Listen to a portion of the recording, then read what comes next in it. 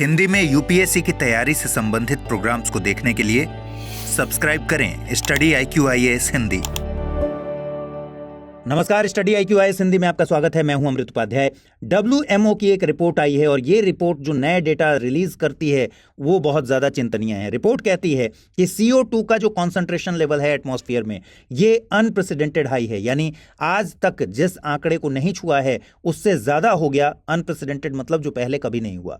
तो CO2 का level बहुत ज़्यादा ऊंचा हो गया है, कॉन्सेंट्रेशन बहुत ज़्यादा हाई हो गया है और ये रिपोर्ट चिंता जताती है, चेतावनी देती है कि सचेत हो जाने की ज़रूरत है। आइए देखते हैं इस खबर में और क्या क्या बातें हैं। जैसा कि मैंने बता दिया, क्या है न्यूज़। WMO की रिपोर्ट के अनुसार CO2 की जो वायुमंडलीय सांद्रता है ये 2023-24 के बीच रिकॉर्ड स्तर तक बढ़ गई है और पृथ्वी के सतह के पास अगर बात करें तो पृथ्वी की सतह के पास जो वैश्विक औसत CO2 की सांद्रता है ये 2023 में और 2024 में जब आंकड़ों को कंपेयर करेंगे तो आप देखेंगे 2024 में 423.9 पार्ट पर मिलियन, PPM जिसको बोलते हैं, पार्ट पर मिलियन तक पहुंच गई है। 2023 की तुलना में ये 3.5 PPM अधिक है। देखने से आपको छोटा डेटा लग रहा होगा लेकिन 3.5 अपने आप में बहुत बड़ी बढ़ोतरी है। वर्तमान CO2 सांद्रता की अगर बात करें तो पूर्व औद्योगिक स्तर पर सांद्रता थी 278.3 PPM और पूर्व औद्योगिक स्तर से अगर तुलना करेंगे तो आज CO2 की सांद्रता 152% ज्यादा है। अब सवाल है कि थोड़ा कंपेयर करके भी देख लें कि बढ़ोतरी की दर क्या रही है।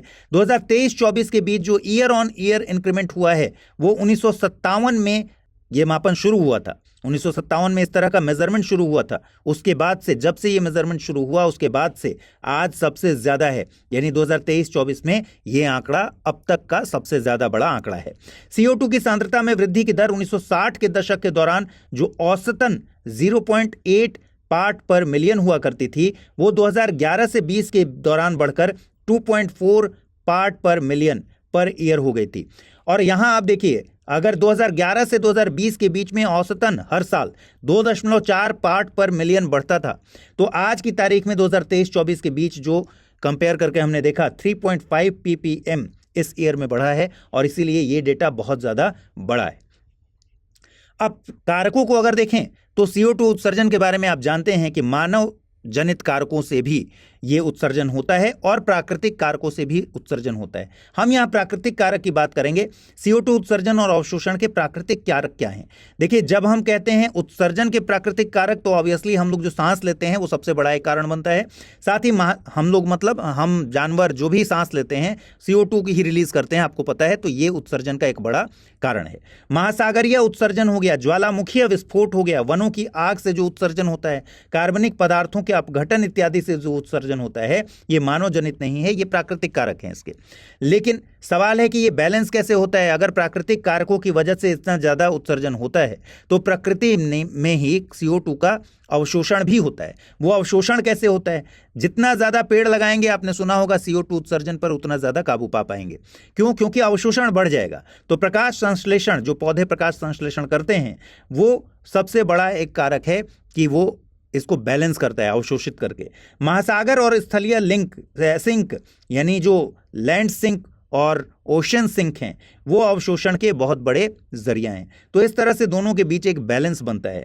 यहाँ तक कि प्राकृतिक जो अवशोषण है वो इतना ज़्यादा हैवी होता है कि मानव निर्मित प्रक्रिया से जो CO2 उत्सर्जन होता है उसका भी कम से कम हाफ तो ये अवशोषित कर लेता है। लेकिन अब धीरे धीरे ये बैलेंस खराब हो रहा है। रिपोर्ट में सांद्रता बढ़ने के कारण क्या बताए गए हैं? मैंने अभी आपको से डिस्कस किया कि भाई प्राकृतिक कारण भी होते हैं और मानव निर्मित कारण भी होते हैं। तो रिपोर्ट में कहा गया है कि इतनी बड़ी उछाल ये सिर्फ मानव निर्मित गतिविधियों से पॉसिबल नहीं है।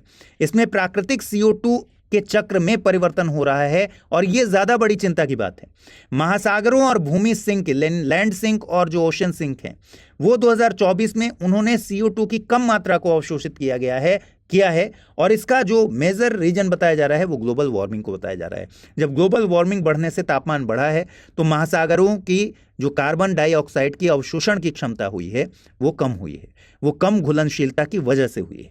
ग्लोबल वार्मिंग इसका मुख्य कारण है। और जब अत्यधिक सूखा होता है, सूखा का मतलब हो गया कि वनस्पति, जंगल, ये सब जब सूखे तो ऑब्वियसली ये कार्बन को अवशोषित करते हैं। अत्यधिक सूखा की वजह से भी अवशोषण क्षमता को कम करने में इसको जिम्मेदार बताया गया है। तो इस तरह से आप अपने मेंस के आंसर में भी इसको लिख सकते हैं।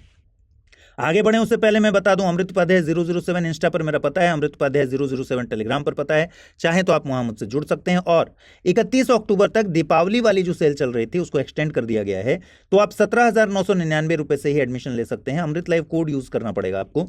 इंग्लिश, हिंदी, इंग्लिश किसी भी बैच में एडमिशन लेना हो तो यहां 2027 वाले कोर्स के लिए मैं बता रहा हूं आपको 17,999 रुपए मिल जाएगा। सेल की अंतिम तिथि 31 अक्टूबर है। बैच 2026 और 28 के लिए भी अवेलेबल हैं। करना क्या होगा, इसी वीडियो के डिस्क्रिप्शन लिंक बॉक्स में जाइए, वहां एक लिंक है, उस पर क्लिक कीजिए और अच्छे से पढ़िए, पूरी जानकारी लीजिए और तब आप एडमिशन ले सकते हैं।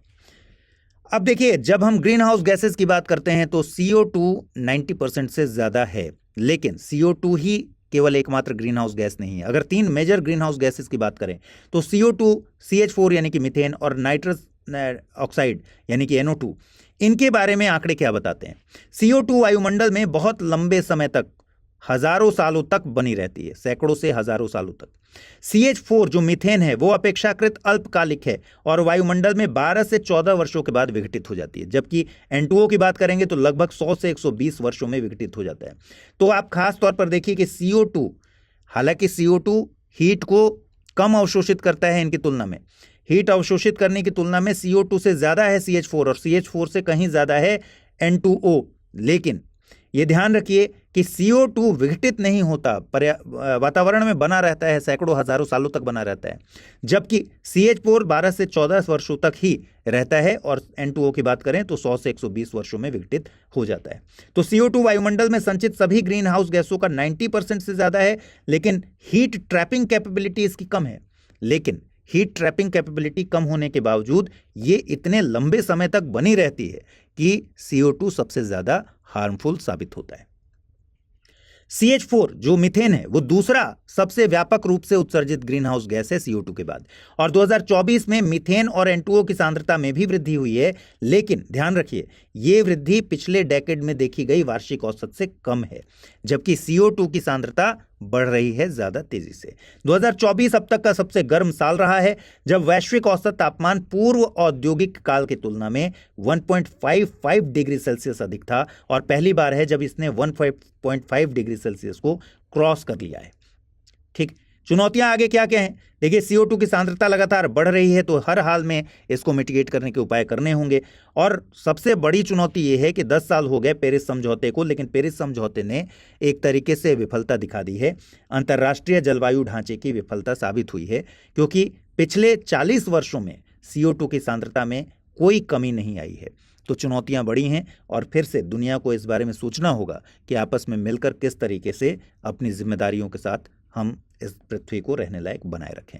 तो फिलहाल इस वीडियो में इतना ही, अगले वीडियो में मुलाकात होगी। ख्याल रखिए अपना, ठीक से पढ़ाई कीजिए। नमस्कार। हिंदी में UPSC की तैयारी से संबंधित प्रोग्राम्स को देखने के लिए सब्सक्राइब करें स्टडी IQ IAS हिंदी।